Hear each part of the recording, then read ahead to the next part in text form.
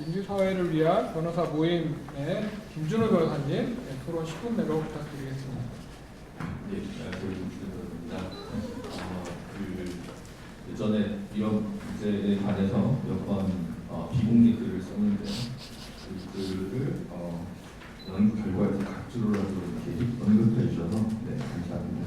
제가 항상 비공개 글만 썼던 이유는 뭔가 좀 날것에 그것을 그대로 들어가고 공익 변호사들끼리 좀 토론하는 자리에서 썼던 글들은 좀 날것이라고 표현했고요. 그래서 오늘은 조금 더 공식화된 자리여서 날것에 얘기는 구조를 좀 부탁드리겠습니다.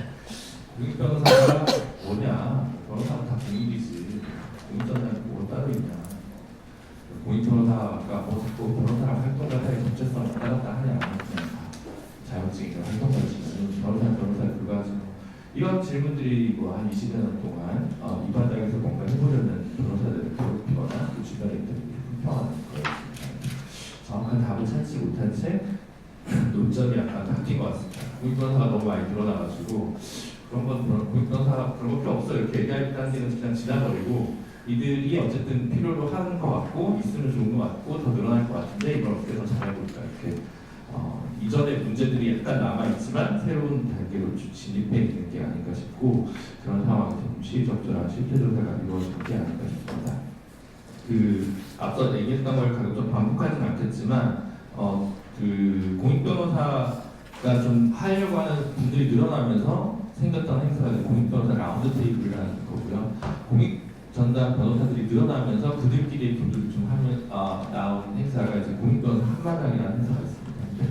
여기까지 해서 왔는데 그 다음 어디로 가야 될지를 좀 가늠해야 되고 고민을 같이 모아야 되는데 제가 이런 글 쓸 때마다 느끼는 게 공익이 뭐냐, 공익 활동이 뭐냐의 개념의 그 불균질함과 엄밀하지 않은 걸 항상 좀 짚긴 해야 될 것 같습니다. 그래서 그 인권, 다중이익, 비영리, 법률구조, 프로보노, 그리고 사회적 소수자의 권리 이런 개념들이 응축돼서 공익이라는 개념으로 하나에 뭉쳐서 사용하다 보니까 외국에서 보면 되게 이상할 것 같습니다. 그건 항상 제가 주장하는 건데 공익인권 변호사라고 얘기하면 퍼블릭 인터레스트 휴먼 라이브는 미국과는 아무도 이해할 수 없는 개념인데 그래서 이건 약간 그냥 퍼블릭 인터레스트, 논프로핏, 리거레이드, 프로보노, 마이너리티를 다 뭉쳐서 퍼블릭 액티비티를 쓰는 건데 이건 약간 케이팝 같은 개념이다. 그래서 이해할 수 없다는 생각을 하고 근데 그 개념이 어떻게 변주되느냐라는 것과 동시에 법무부 사무관들도 나와있지만 검사는 공익의 대변자다라고 법에 되어 있는 상황인데 공익 개념에 대해서 끊임없이 충돌하고 당신의 활동이 왜 공익이냐라고 하는 질문과 끊임없이 대결할 수밖에 없는 맥락과 논의지반이 있다고 생각합니다. 또 한편으로는 도대체 뭘 원하고 그 회색지대에 있는 공익이라는 표현을 쓰느냐라는 질문이 있을 수 있고 저 사람은, 저 변호사는 뭘 알길래 공익을 자부하고 자처하는가라는 질문도 같이 항상 동반돼서 볼 수밖에 없다고 생각합니다. 그래서 밖에서 보면 총론 없는 강문을 띄고 있는 이들이 이렇게 드러나다니 참 대책도 없다라는 생각을 해볼 필요도 있지 않을까 싶습니다.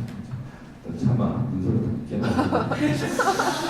그래서 이런저런 것들이 다 모여있다 보니까 공익 변호사 집단도 로펌 기반이냐, NGO 기반이냐, 공익 변호사들끼리 모여있는 단체냐, 혹은 정부나 지자체 지원을 받는다. 이걸 아직도 이리적으로 공익 변호사 집단으로 묶어서 얘기한다는 건 아직은 조금 한국의 이 집단은 좀 초보적인 단계가 아닌가 싶고 앞서 말한 과제들을 공익이라는 이름으로 혹은 공익 변호사라는 이름으로 좀 성실하게 수행을 하고 있지만 이후에 조금 더 변화될 수밖에 없지 않나라는 그런 이제 전반적인 인식을 저는 좀 가지고 있고요.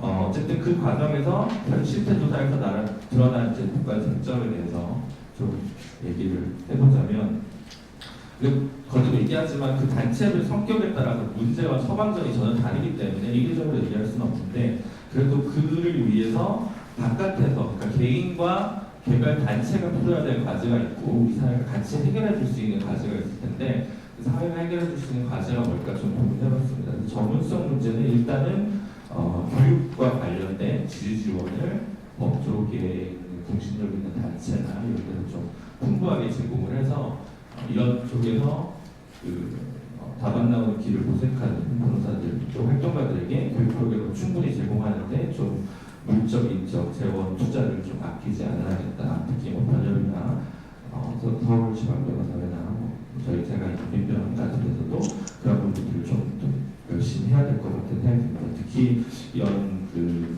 수요와 공급이 특히 앞서 누차 지적했듯이 수도권 중심적으로 이루어지는 측면에서도 좀 특별한 투자가 필요하다는 거고요.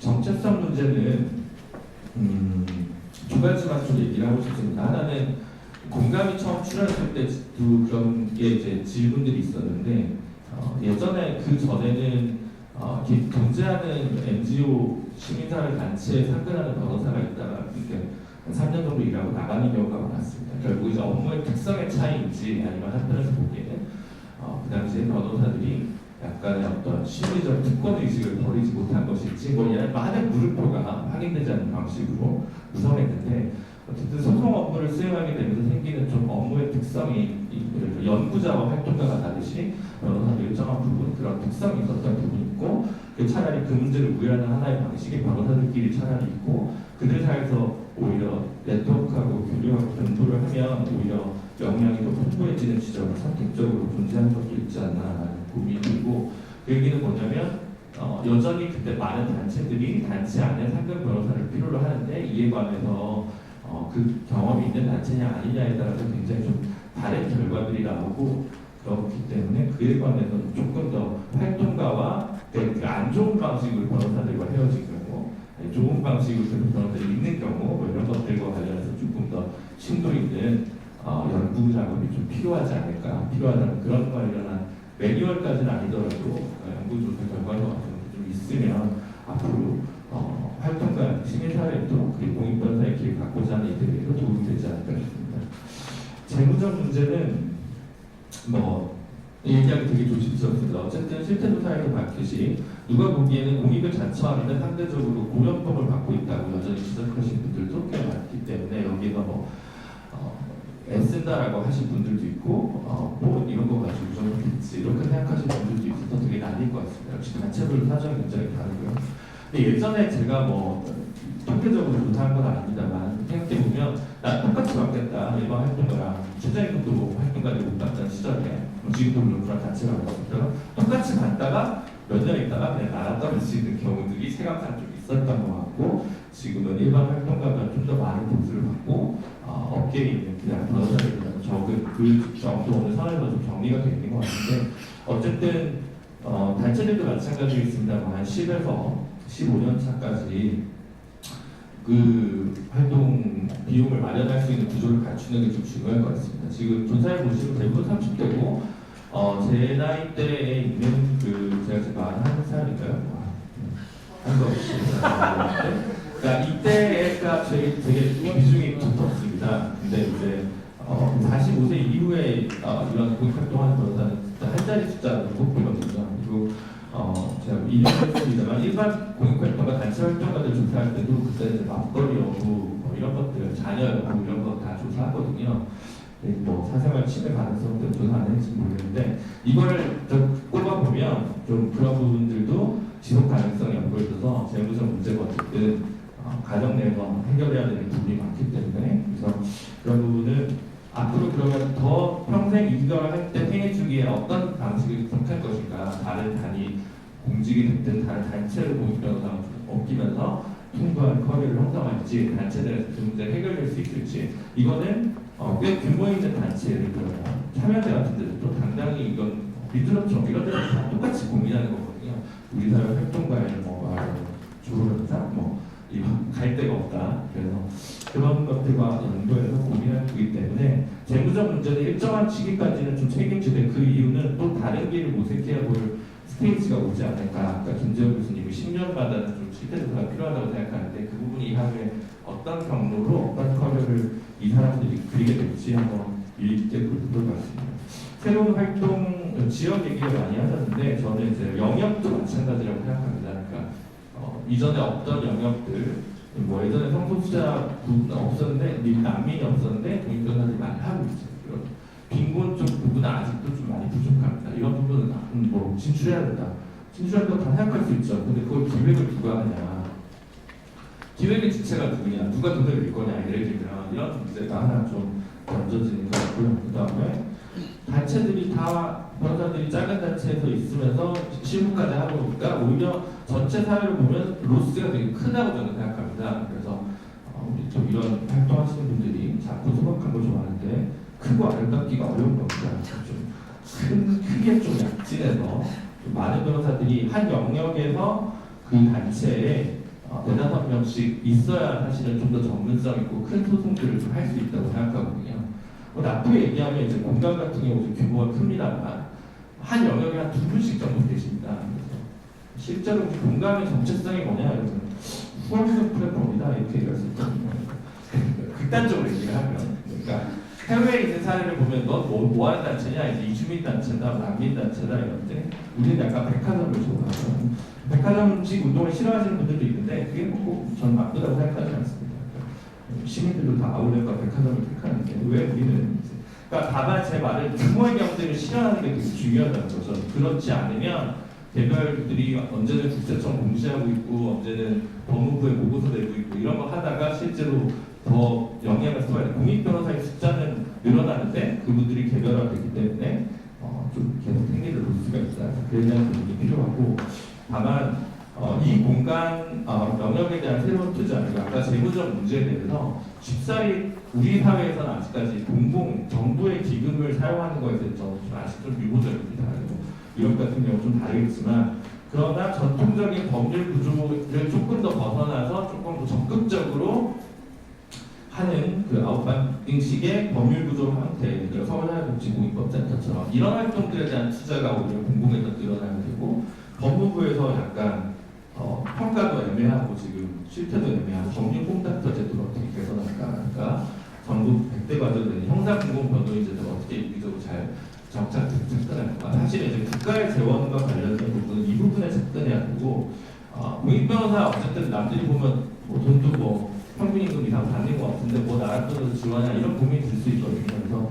그래서 여전히 좀 그런 특수한 지위에 있기 때문에 이거는 좀 그냥 법 쪽에 안에서 일단 해결할 수 있는 부분이 있지 않나라고 저는 솔직히 생각합니다. 그러니까 개별 단체가 변호사를 채용하는 경우는 좀 다르겠지만 공익변호사 단체라고 해서 변호사 중심의 단체를 공익단체나 비영리단체로 하는 경우에 후원 모델은 조금 한계적일 수밖에 없지 않나라는 부분은 있지 않나라는 생각이 들어서 뭐 그런 고민이 들고요. 법률장 정도 지원도 뭐 필요하겠습니다만 특히 생협 문제는 고민을 좀 해봐야 될 텐데 아마 반대하시는 분들은 의료 생협이 사무장 병원으로 전락한 수없이 많은 사례를 들고 있지 않을까 싶어서 어쨌든 시범적으로 실험 사업 정도는 한두 번 정도 해본 다음에 평가해보면 좋지 않을까 싶습니다. 이 모든 얘기를 하면서 상당히 불편했던 것은 그래도 공익 변호사들이 받을 수 있는 지원과 그런 네트워크가 상당히 강하다, 풍부하다. 그러면 우리 사회가 활동가 일반에게 비치고 있는 부분에 대해서는 정말 어느 정도 얘기를 하고 있나. 사실 동일한 질문이 계속 반복되었고 수없이 많은 분들이 피와 땀과 뼈를 갈아서 운동을 만들어 왔는데 이 부분에 대해서 우리는 같이 고민하고 있는가 하는 부분을 같이 아무런 생각하지 않는 듯한 얘기를 하면서 제 부분을 이야기하도록 하겠습니다.